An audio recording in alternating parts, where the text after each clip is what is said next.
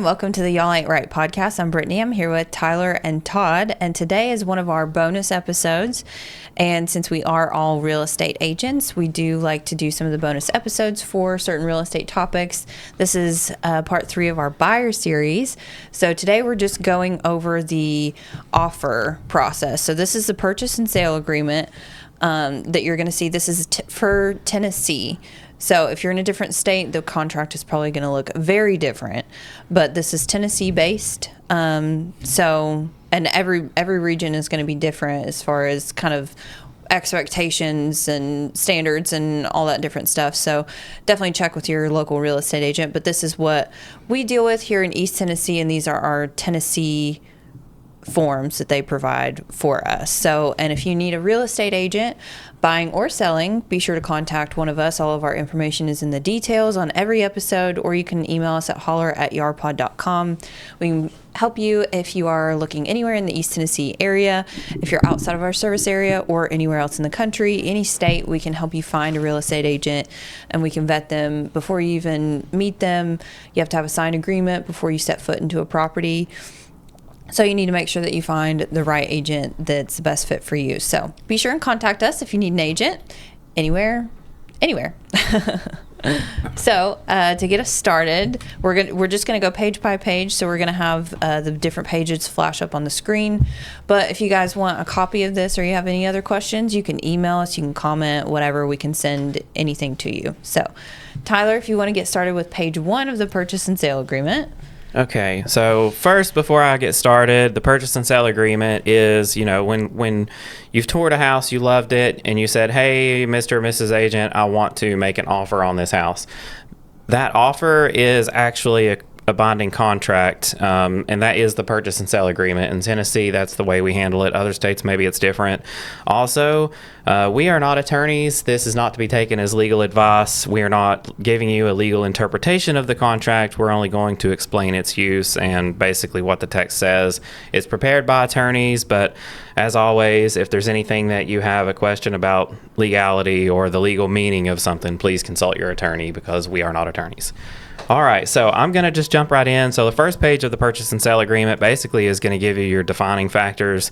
It's going to be the who the buyer is, who the seller is, what the property address is, and there's going to be some defining information for the property, like what is the tax ID number, what book and page is the mortgage or deed recorded on, things like that. So some stuff that the title company can use to help in assisting them locating and identifying the property's legal documents. So the first section after that is going to be what items are going to remain with the property. And by definition, anything in the included section is going to show things that are like permanent fixtures that would remain with the property. Anything that's screwed down, bolted down, attached to the walls, stuff like light fixtures, doors, certain window trimmings, and it even goes as far as to say things like curtains and drapes and TV mounts, which a lot of people don't even think about, as if you've got a flat screen TV and it's mounted to the wall, the TV won't remain, but the mount itself is screwed and bolted down to the wall, so it's technically a fixture. All fixtures are supposed to remain with the property unless you specifically mention them to not remain. So the second section is other items that would remain. So if there's anything else as you walk through the house outside of just, furniture items, you would put this here. Typically, this is going to be all of your appliances.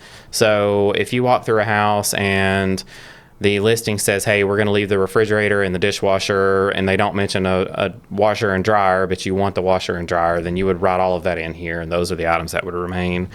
You also have an area where you can specifically say what items will not remain with the property. Typically, when I write the contract, I will put in there any and all personal property. Real property is the real estate, the land, the house, and all the fixtures. Personal property is, their furniture items, clothing, all of the this and that's that they own that fills the space.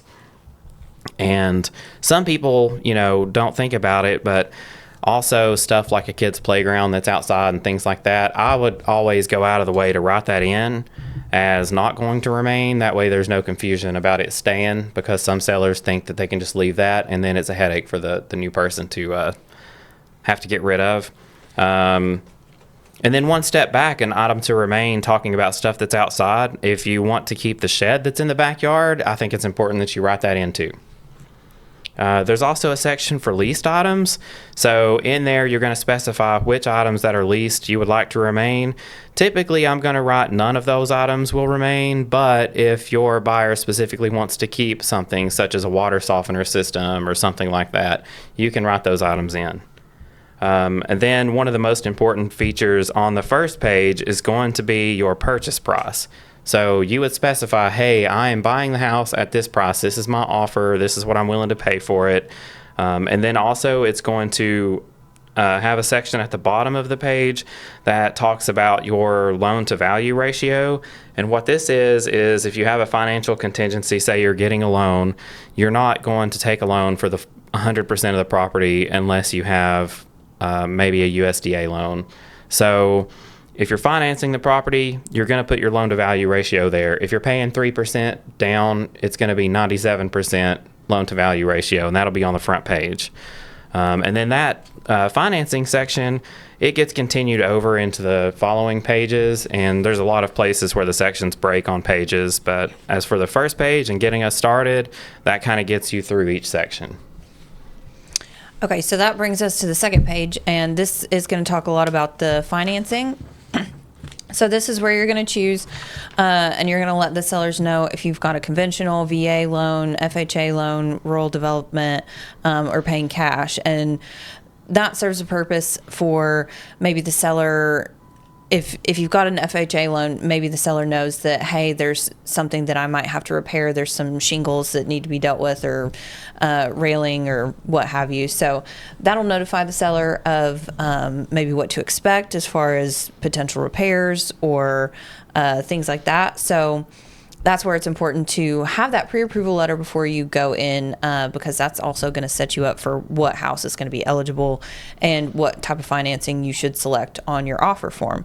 But let's say that you are not already pre-approved. On this page, it breaks down the obligation that you have. You have on line 64, it says within 3 days after the binding agreement date, which we'll come back to the binding agreement date, the buyer shall make application for the loan and shall pay for credit report. So basically, you've got 3 days after that binding agreement date that you have to be in contact with the lender, actively working on getting pre-approved for the loan, because you don't want to tie up someone's property if you're, you've only got about 30 days before you close, and you don't want to tie up their property for a week or more and then find out, oh, well, maybe your credit makes you not eligible for this loan amount.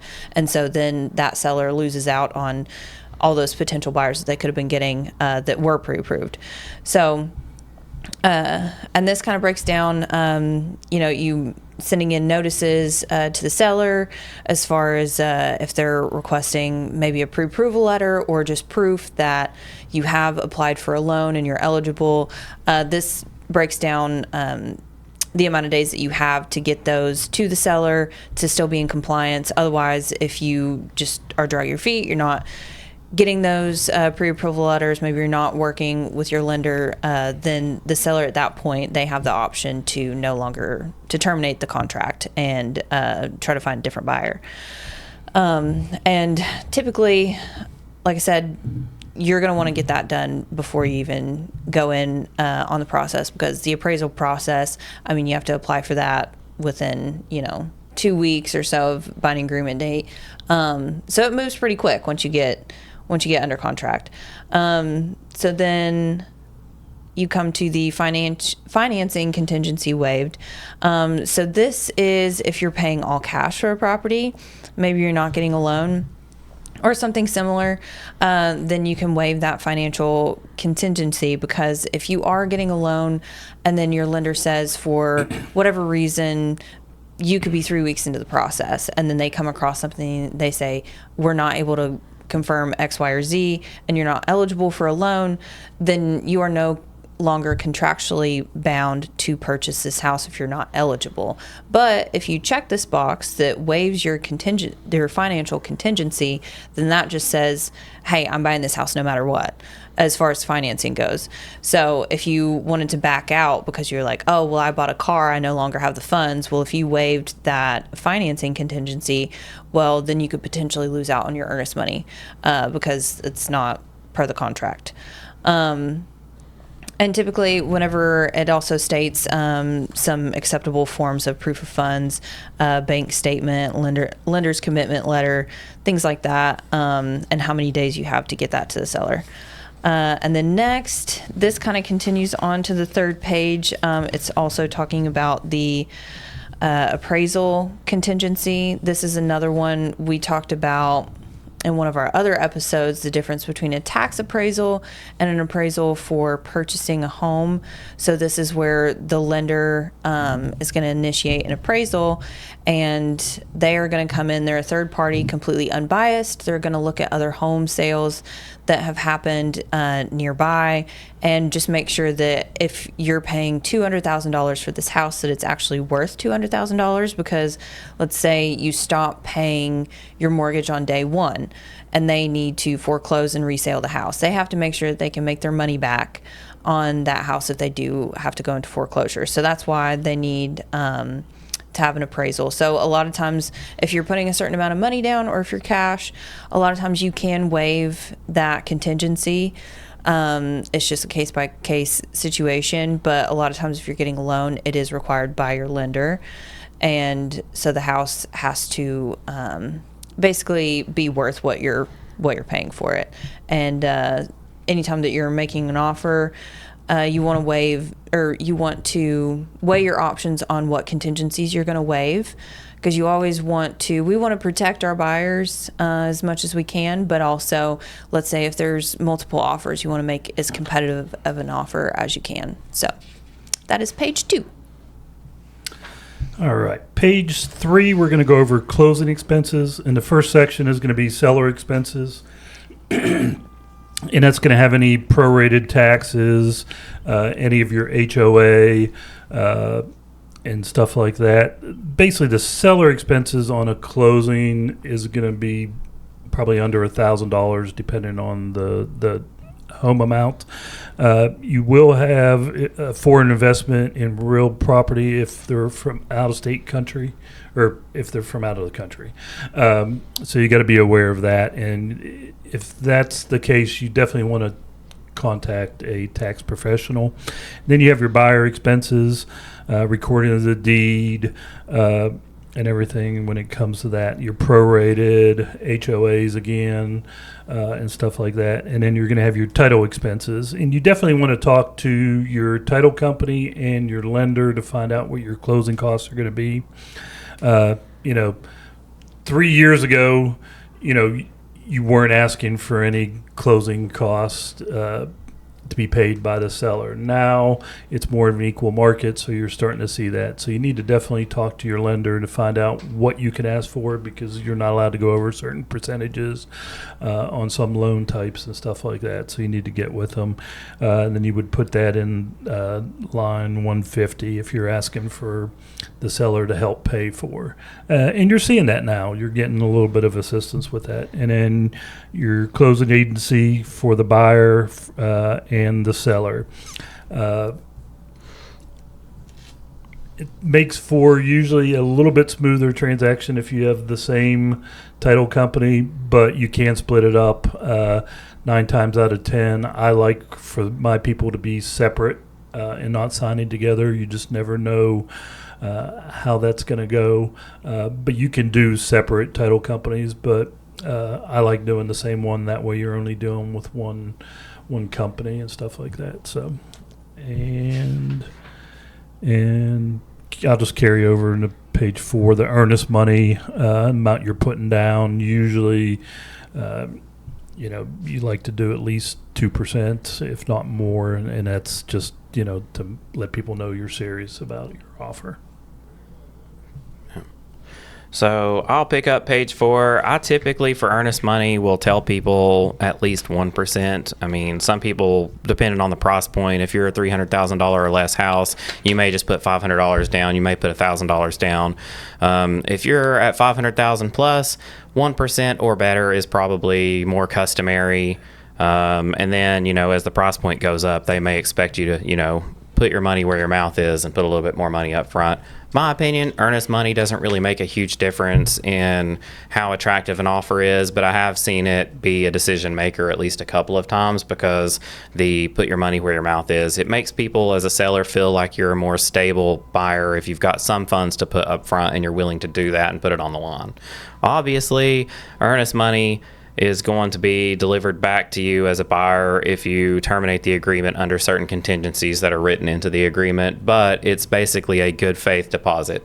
So the first section there, like you had mentioned, is you're going to specify how much the buyer is going to put toward earnest money, who the holder of that earnest money is going to be, and how many days are allowed for that to be delivered to the holder within, for example, 5 days after a binding agreement date. Everything in the contract you're going to have hard deadlines for, and none of those are going to be extended without some sort of an amendment typically, or, as we get into definitions, maybe when we talk about what days mean in the contract. But typically, my advice for earnest money is let your buyer broker hold that money. So your buyer's agent's brokerage typically will hold those funds in a non-interest bearing escrow account. And then the next section is failure to receive earnest money. That says basically that if you do not provide the earnest money in those 5 days or whatever you have written in, the seller can demand that they get notification and proof that it has been deposited, and you have 1 day from that moment to deliver. And if you don't, you're considered in default. And then the seller can terminate the agreement because you didn't put good faith money in. Section B is the handling of the earnest money and how that's dispersed by the holder. So the holder, again, is somebody that you've specified earlier. Typically, it's going to be the buyer's brokerage. Some people will say, hey, you can let the title company hold the earnest money. My advice there is to never do that because agents have lots of built-in protections for the earnest money. We're bound by certain rules on how to handle earnest money. If there's a dispute about a contingency and earnest money has to be released to someone, the brokerage and the Association of Realtors has arbitration processes that must be followed and the agents are bound to use, whereas the title company is under no obligation to make those decisions, and they will let it sit until you get an attorney to determine who that goes to. So little bit of advice for you there. As far as handling of the earnest money, basically once you give that to the holder, you send notification to the other party, the seller, that says, hey, here's the proof that it has been deposited to the holder. Here is the holder, and the holder has these obligations. Typically, it's going to be dispersed at closing, and then that's going to be given as a credit toward the purchase price or whatever the transaction fees may be. But usually those funds are going to be transferred from the holder to the title company usually a couple of days beforehand. If not, then they'll hold on to it and then split it out of a commission check. There's some weird back ways that can be handled in accounting, but just know that money's coming back to you at the closing table. Section 4 is closing prorations and special assessments.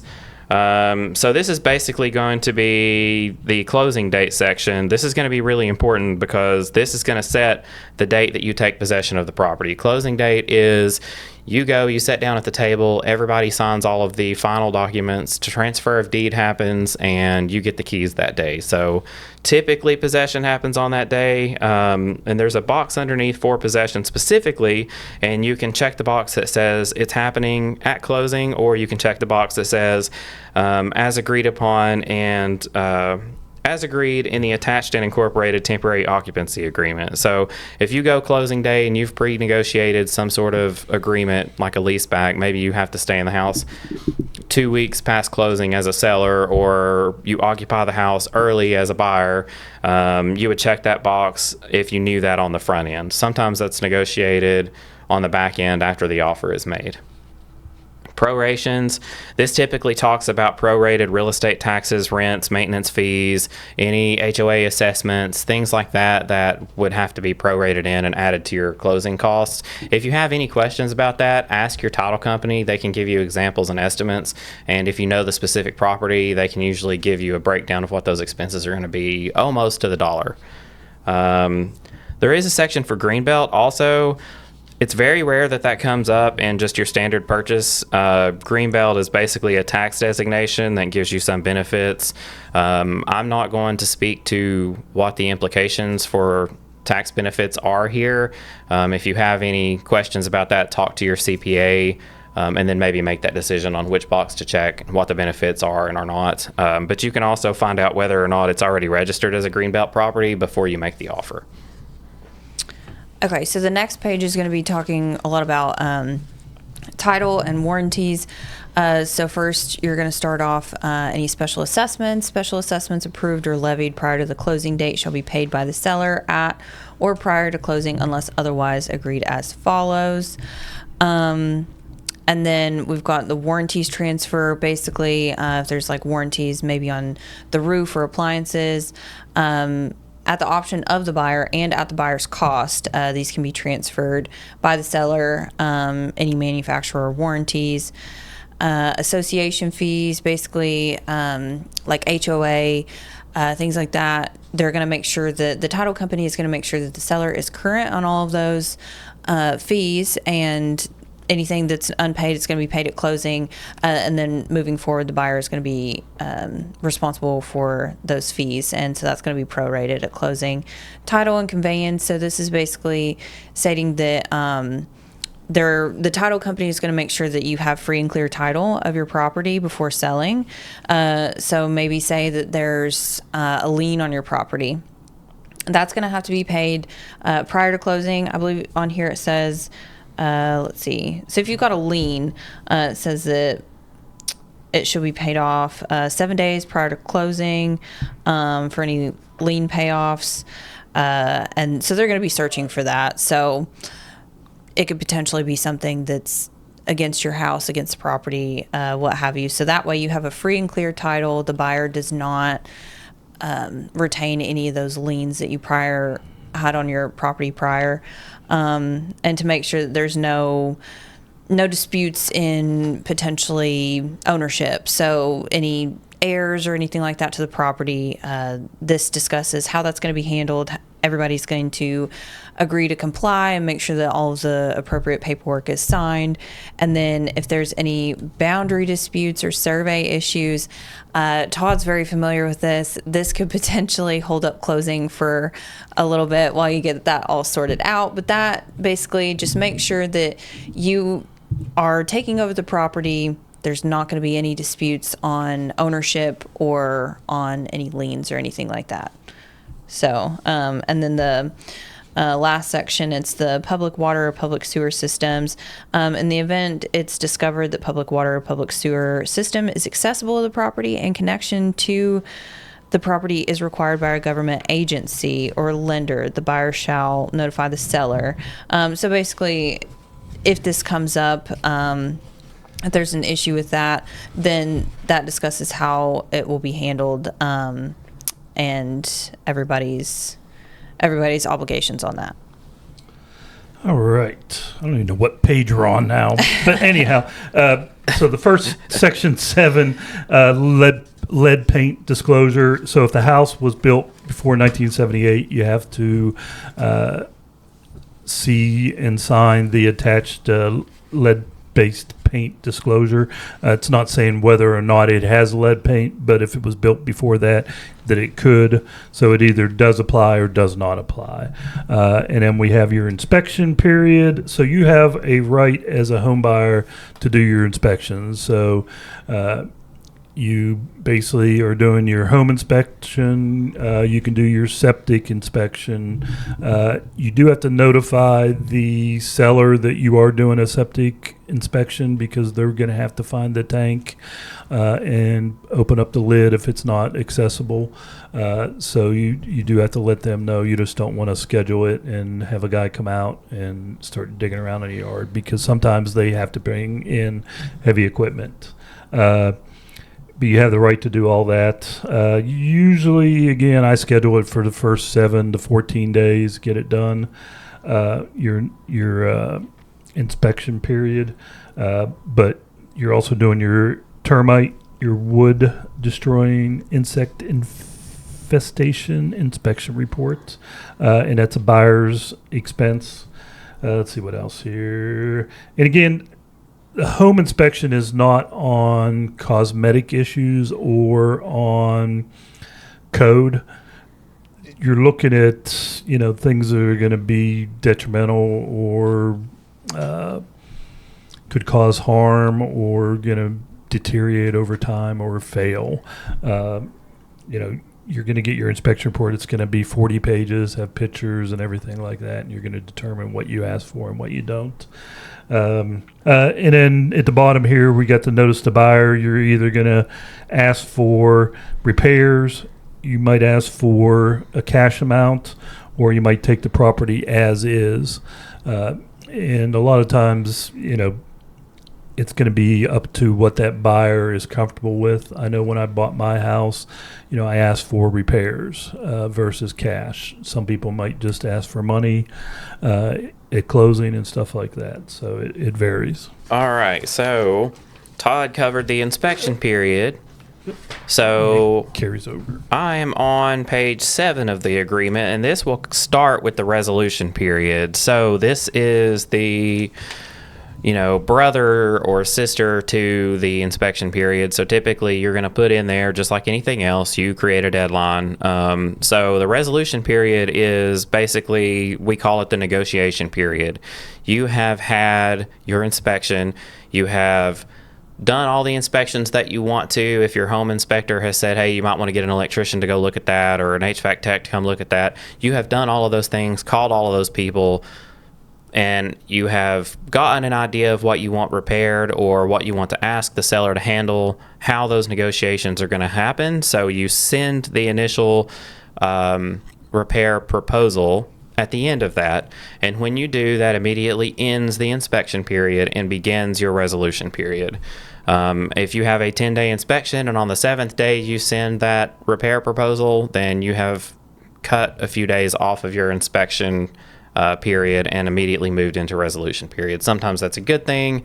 There's no sense in wasting extra days because you're just going to make the contract take longer, and it's just not, you don't want that. You want to work through things faster. So the resolution period, you establish a number of days. For example, seller and buyer shall have a period of 3 days following receipt of the above stated written list, the resolution period, to reach a mutual agreement. So basically what this means is you've sent that proposal. They send back and say, hey, we will fix, item 1, 2, and 3, but 4, 5, and 6 we're not dealing with. We don't feel like those are important, and that's on you. So then you have, repair proposal 1, repair proposal 2. Maybe you counter back again, or maybe you say, you know what, we're fine with that. We understand their reasoning. If you reach an agreement, then you will create an amendment, the repair replacement amendment, which basically will solidify that into an agreement and attach it to this document. So then it basically says, hey, we have mutually agreed these items are going to be repaired. They're going to be repaired in this way as specified in these manners, and they have to be completely finished this many days before closing. So that this many days before closing part is important. The agreement is going to terminate if those items are not done correctly. The buyer will have the right to kind of say, hey, the seller's in default and I can terminate.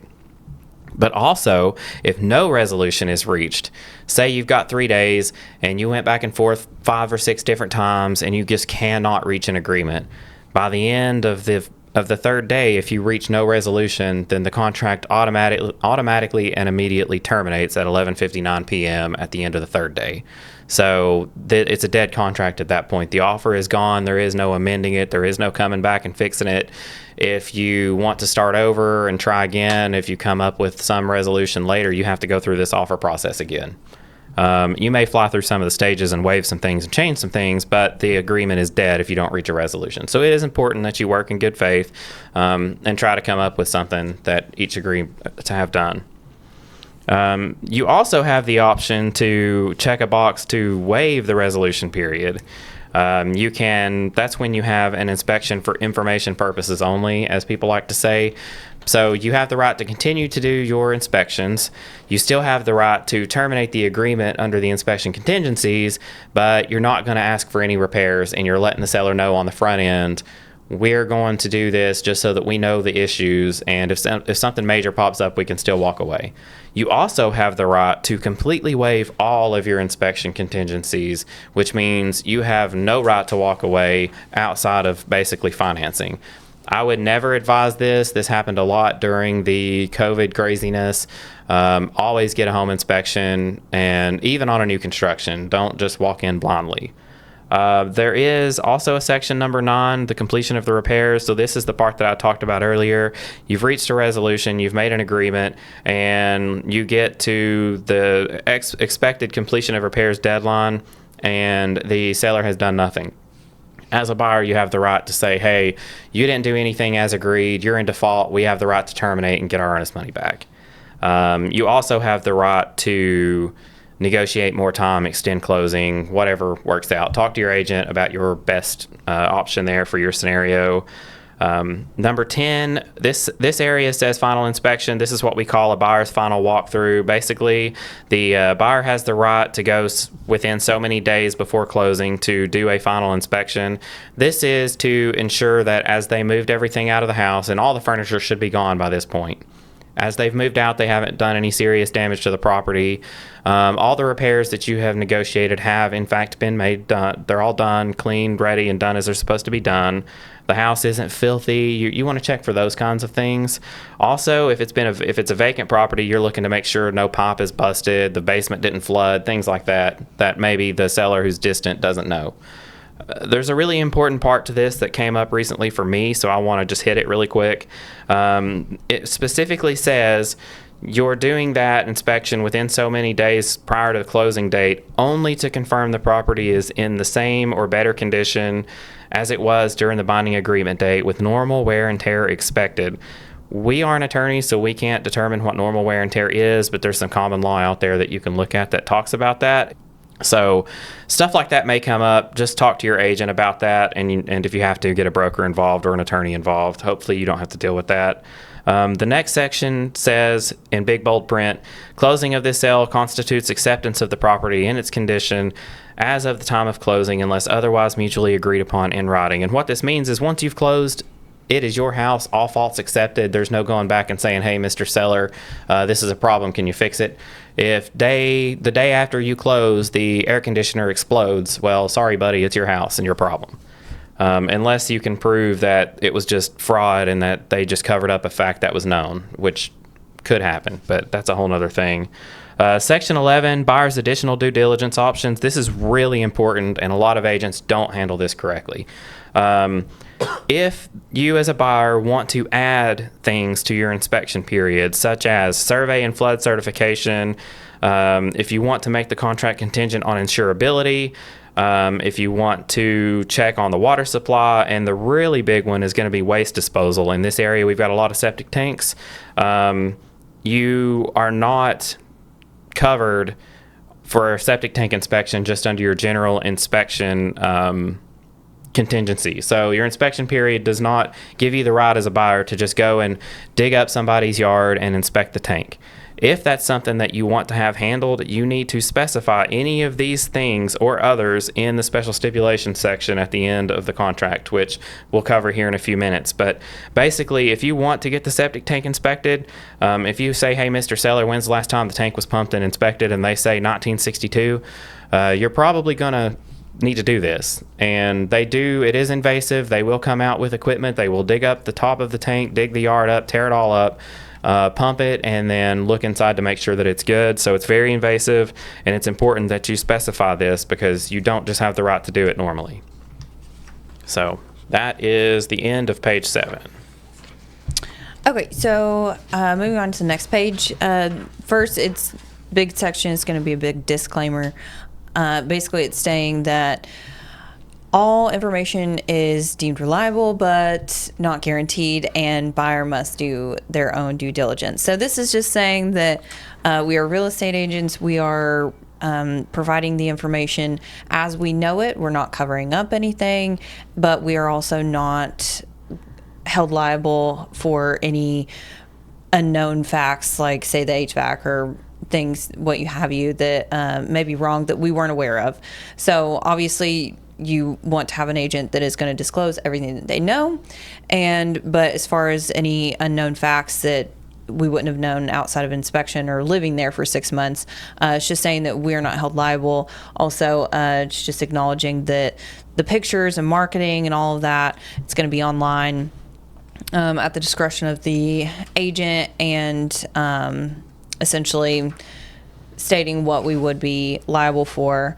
And as far as like zoning and for school districts and things like that, we're going to give you all the information that we are aware of and do as much of our due diligence as we can. But basically, as a buyer, you need to do all of your own due diligence. If a school district is important to you, you need to make sure that you're checking on that. Zoning, if you're building, you need to follow up with all the appropriate commissions and planning commissions and all that. So then the next section is basically for the brokerage, and it's stating that basically all of the agreements are through our brokerage. So when we get paid, it's actually, the payment goes to Wallace for us because we work for Wallace, and then Wallace will pay us. We're the designated agent. We work for Wallace. When you sign all of these contracts, you are signing them with Wallace, but we are representing you on behalf of Wallace.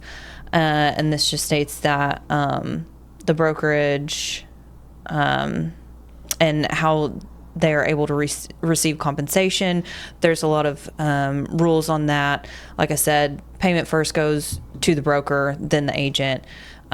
Same goes for, we can't necessarily make any payments to third party that aren't licensed, things like referral fees, things like that. So that's just stating that the brokerage will be paid and that compensation is negotiable. And then next, it's default. So it's covering a handful of situations and scenarios. So a lot of the default is going to come down to those contingencies. And it breaks down how the earnest money is going to go back to either the seller or the buyer, depending on the contingency and depending on the default. So obviously you want to follow the contract. It's a legally binding contract. You want to follow that as best as you can in order to protect your earnest money. And that earnest money is going to go at closing. It just goes towards your purchase price. So, but it is a good faith deposit. So, and if maybe you say, I just don't feel like buying this house anymore. I saw another one that I like, and you just want to back out of the contract. You've made it through all of your other contingencies. You don't have any contingencies to fall back on.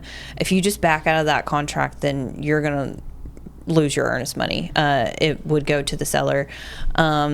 And they could potentially sue you. So that just breaks all of that down in that section. And then last, you're going to have a home protection plan. It's going to be like a home warranty. And this is recommended on most homes. Some it wouldn't apply to. Maybe if you're getting like a fixer-up or a flip, one that's maybe in pretty beat-up shape, you might not necessarily need a home warranty, because a lot of those home warranties are going to cover like a part going out or something like that. It's not going to cover a dishwasher from the 50s whenever it stops working. So it wouldn't really do you a whole lot of good there. Again, we'll do a separate episode on writing different versions of a contract, whether you're the only offer happening or if there's a multiple offer situation. Sometimes if you're in a multiple offer situation, it's not worth asking for the home protection plan because you want to get that home, but maybe you come back on during the inspection period, and as part of one of the things that you asked for, you've got an HVAC that, yeah, it technically works, but maybe it's 15, 20 years old. Maybe you want to ask the seller for a home warranty for them to pay that at closing. So that way, if the HVAC goes out in the first 2 weeks, you're not necessarily having to come up with a huge chunk of money to replace it. Maybe they can replace a part or something like that, and you just pay much smaller fee for that. And the non-assignability, the wholesalers have been rampant over the past few years. Not so much anymore. There's been a lot of laws in Tennessee passed that's not allowing for that necessarily. So that's a whole separate subject. But basically, it's just saying that someone can't come in and say, hey, I will pay you $100,000 for this property. Here's my offer. And then turn around and list it on the market trying to sell it for $120,000 and then find a buyer that will pay $120,000 and then them just pay you $100,000, if that makes sense. So basically it's just stating purchase and sale agreement shall not be assignable by the buyer without prior written consent by the seller. So the seller must agree to having another buyer purchase the property. They can't just hold it up trying to sell it to somebody else. Awesome. All right, this is the fun legal page. You got the best one. It's giving me a headache trying to decipher it. Tyler got all the fun pages. In layman's. He did get the fun I did beginning get the fun at the beginning. So basically, this is going to be other provisions, but first we're going to talk about the binding date. So basically, if you have an offer and you get it signed by the seller and buyer, then it gets kicked back to the opposite seller's agent and they bind the agreement, and vice versa if you're on a counter, and they're going to bind it, and that basically starts your clock on when your deadline starts. And then we'll go down to C, which is your governing law, and it's going to be state of Tennessee. You got time is of essence, and I think that's really a part that gets overlooked by some people. Some people wait to the 10th day of the home inspection to start negotiating and stuff like that, whereas I'm like, as soon as I get it back and we talk about it with my sellers, we start the clock on the resolution period and stuff like that. So really time is the essence, and you want to get it going. All right, terminology. This is the tough one here. So this is going to be kind of state on how your timelines work. I'm not going to go over pronouns and masculine. In the event of a performance deadline, other than the closing date and offer expiration date. So those are hard sets. But say your inspection and stuff like that, if it occurs on a Saturday, Sunday, or legal holiday, it's going to be the next following business day. And that one gets missed a lot. And it goes by USC code 6103. In calculating a time period under this agreement, the commitment shall be the day following the initial date. Example, that's the binding agreement date. And then the buyer and seller, they have a responsibility to cooperate and negotiate. Let's see here. Oh, if you have a clerical issue and stuff like that, make it right. And then we also have errors and omissions insurance. Notices and demands required in writing and delivered in person by overnight delivery service. I've never run into that. Risk of loss. This is kind of important. Basically, up until you sell that house and you close on it, the seller is responsible for damages. And say something happens and the casualty or loss or damages exceeds 10% of the purchase price, that seller could back out. And the seller or buyer may elect to terminate the agreement and refund all earnest money if something like that happens. Of course, we have equal housing laws. The properties be sold without regard to race, color, creed, sex, religion, handicap, family status, or natural origin. Full force effect. That's pretty much it for that page. Thank God.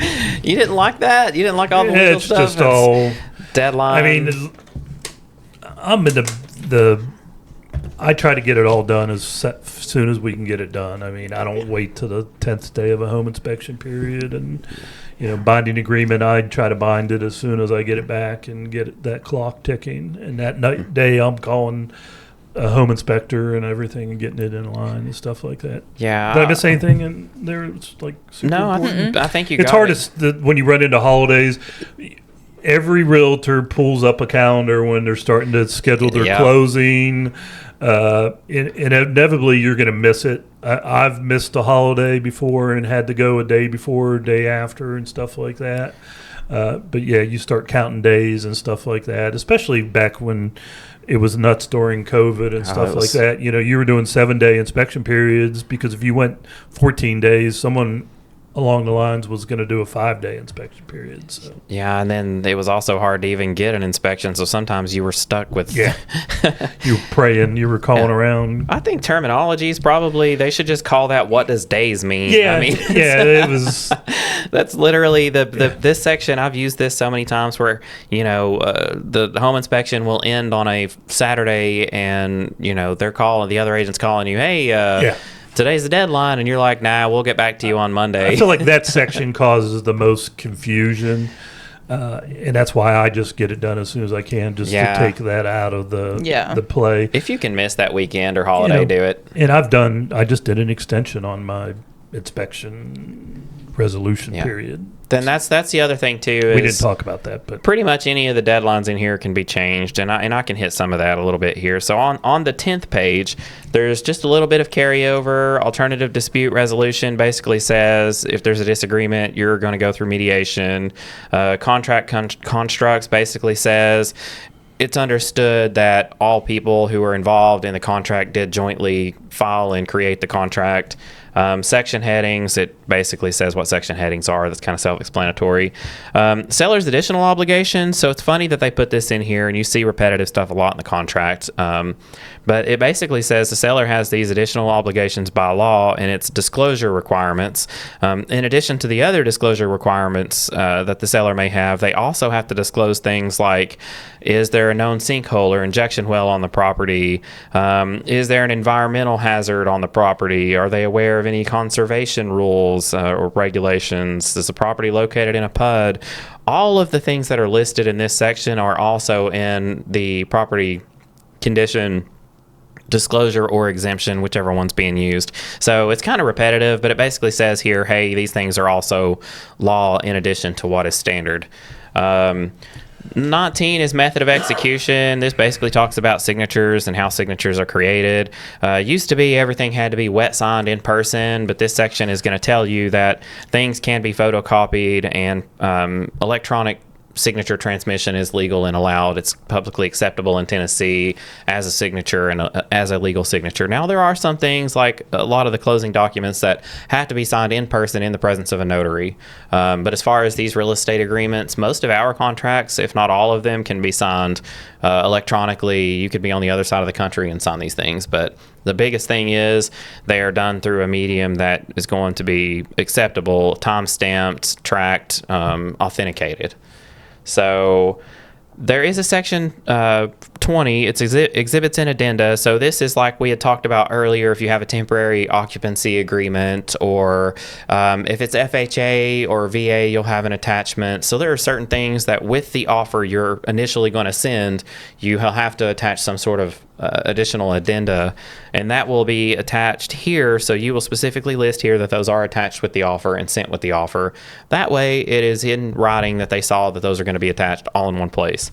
Number 21 is one of the most used and most important sections in the contract. So this is special stipulations, and it says the following special stipulations, if conflicting with any of the preceding sections, shall control. And what that means is if something in the contract you decide it needs to be changed for whatever reason, under certain circumstances, whatever is written in the special stipulation section will be the primary part of the agreement. So if you change a sentence that's in there for some specific reason, and we don't like to do that because we don't pretend like we're attorneys, but there are a lot of other things that you can do in the special stipulation section. Like, for example, in today's day and age, the biggest one that you're going to see and should see written into every single contract that you send as an offer, your pre-negotiated buyer's fee, if handled in this way, you can put in there, hey, my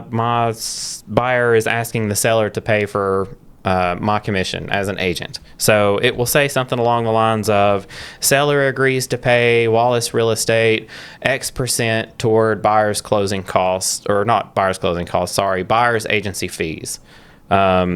Closing cost is also something that you could mention in the contract, but not typically in this section.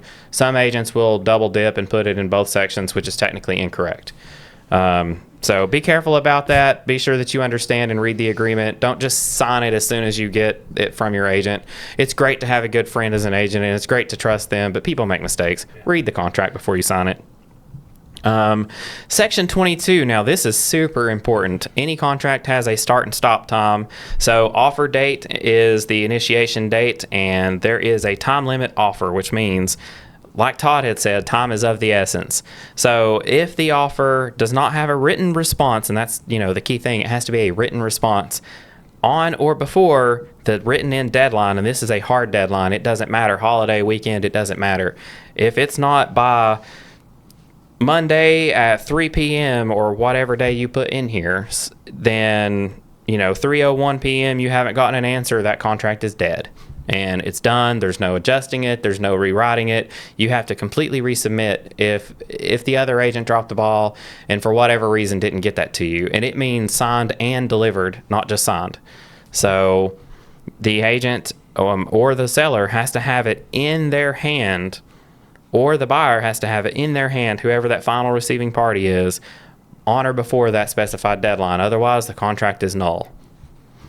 And then in the bottom, there's just some quick notes here, and it basically is legal documents. Basically says this is an important and binding legal document. Note just basically mentions that any provision with a checkbox is not considered to be part of the contract unless checked. Wire fraud warning basically says don't trust wire instructions sent via email. Cyber criminals are a thing. Wire fraud happens a lot. You're not going to get wire fraud instructions from anyone other than probably the title company, but under specific circumstances, and make sure that you talk to a real person before you send any money.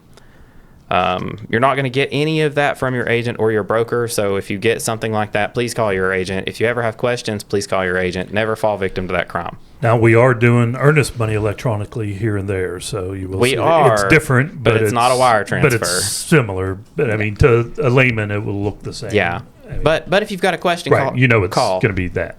But probably we see more of anything timeline, asking for closing costs be paid twice, and people missing the deadline for offers. And another thing for special stipulations, like I mentioned before, the waste disposal inspection. If you're going to get a septic tank inspection put in there, seller understands the buyer has, the right for septic inspection, or however you want to word it, within the inspection period. You can even specify that so that the same deadlines apply. There are so many ways that you can put things in or take things out with the special stipulation section. Basically, that section is for anything that's not already covered in the contract, or if it needs to be changed. But that's pretty much got all of that part covered. Brittany gets the best page. She gets the best page. And then the last page, this is the most exciting page for everyone. Rejected. So this is where whenever the buyer makes the offer, you're going to sign that. and that's going to be the offer date. So the seller can come back. They can either say they accept this offer and all of its terms, or they can counter, and maybe they want to counter to one of the terms. Say maybe they don't want to pay closing costs, or they need a different closing date. So then they can counter on that. And then if they do counter, then the buyer has to sign to agree to the counter, or they can reject. And in a lot of cases, most of the time this comes up if there's multiple offers and they just accept another one, or if it's just so low of an offer that they don't even think that it's worth countering because you're just too far apart. So you're probably, when this is going to matter the most is when it gets accepted. So once it's accepted, signed by the sellers, this is when the buyer's agent is going to sign that acknowledgement of receipt, and that is going to give the day and the time that it's signed, and that is going to be your official binding agreement date, and that is how you're going to base all of your following deadlines as far as earnest money, inspection period, and all of that pre-qual and everything else that you have to get turned in. So anyway, that... I got a question. Yeah. If I'm a buyer, can I write 3 offers on 3 different houses? I'm not We've gonna all get gotten into that one. question. I'm not going to get into that one for this episode. We'll get into it on a different episode. I wanted to end on a... The answer But- is don't do that. Yeah, don't do that. Yeah. You might have 3 houses Yeah. under contract. So anyway, I want to add. we'll come back to that one. I wanted some... I want to add something really quick. I know we don't have a lot of time left, but the offer is the offer, but it will be accompanied by a bunch of other things. As a buyer, like it says in here, you have to sign a disclosure that the seller has to provide. There is, Tennessee is a disclosure state. It is mandated by law that certain disclosures are given to the buyer before purchase, so that has to be signed. Also, there's going to be other accompanying documents, and like I said, you see a lot of repetitive stuff. There's a whole separate 3-page document for disclaimer. There's a confirmation of agency that says, hey, this is this buyer, this is that buyer's agent, this is the seller's buyer's agent, who's agent for who and what company they work with. There's also a lot of important deadlines in here that you need to be aware of. You can ask your agent for a checklist. They can give you a checklist of all those important deadlines and break down, kind of put it in layman's terms for you. Please do not miss any of these deadlines. Don't drag your feet. Don't do that to your agent or your lender. Yep. Make sure you've got a great agent to stay on top of your deadlines for you. Well, I think that concludes our buyer series part 3 for our purchase and sale contract. We will dive into some more of these issues on separate episodes, shorter episodes, so that they're easy to digest. Our part 4 coming up, we will be covering closing costs. So for everybody that wants to know how much money do you need in order to buy a house, please join us for our next episode. Woohoo! And as always, rate, review, subscribe, and contact us for any real estate needs, agents, whatever, and send us all of your questions, and we can dedicate a specific episode to any of your questions. Yeah. And if you guys have questions about buying, if you want to sit down for a consultation, if you want a copy of this and want us to explain specific sections, maybe you didn't catch something, we missed something, you have questions, please let us know. Thank you. Thanks, guys. Thank you for tuning in to today's episode. Don't forget to rate, review, and subscribe. If you or someone you know is thinking about buying or selling real estate in East Tennessee, email us at holler@yarpod.com. You can also reach Brittany Hawkins at 423-270-9572, Todd Huber at 865-456-0101, Tyler Letner at 865-816-0076, and Nick Cantey at 865-250-5167. Our office at Wallace Real Estate can be reached at 865-584-4000. Make sure to ask for YAR Pod. See y'all next week.